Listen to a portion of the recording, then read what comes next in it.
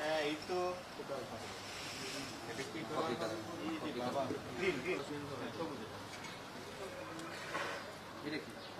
সাদা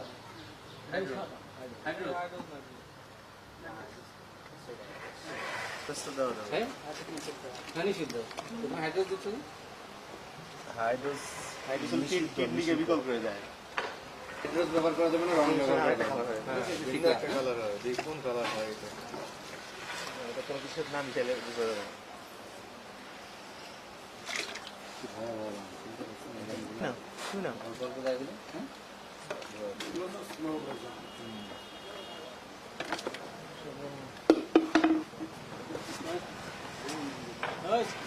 সিজন তো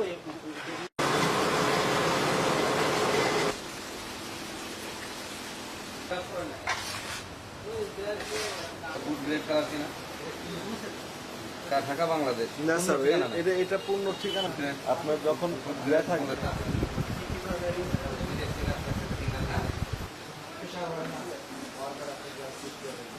নিচে কোনো ম্যাট নেই কিংবা একদম সরাসরি ফ্লোর, এই ফ্লোরটা যদি নোংরা থাকে থাকতে হবে।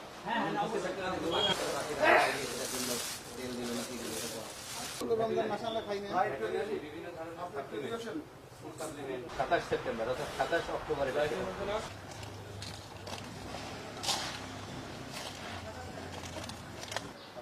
সাদা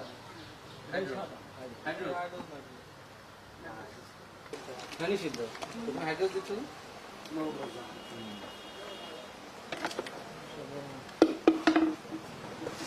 গ্লাস নাই, মাস্ক নাই, হাতে গ্লাস নাই, মাথায় ক্যাপ নাই, এগুলো করতে হবে।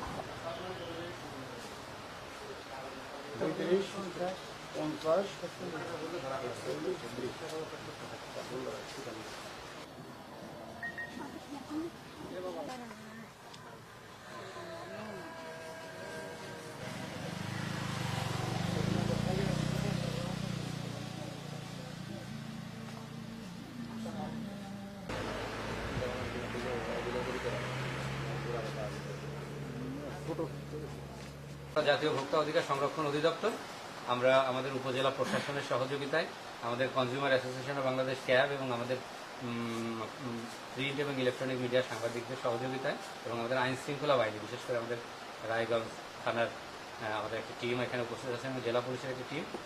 আমরা আজকে এখানে গোপন সংবাদের ভিত্তিতে এখানে একটা চিপসের ফ্যাক্টরি আমরা তথ্য পাই, আমরা এখানে এসেছি।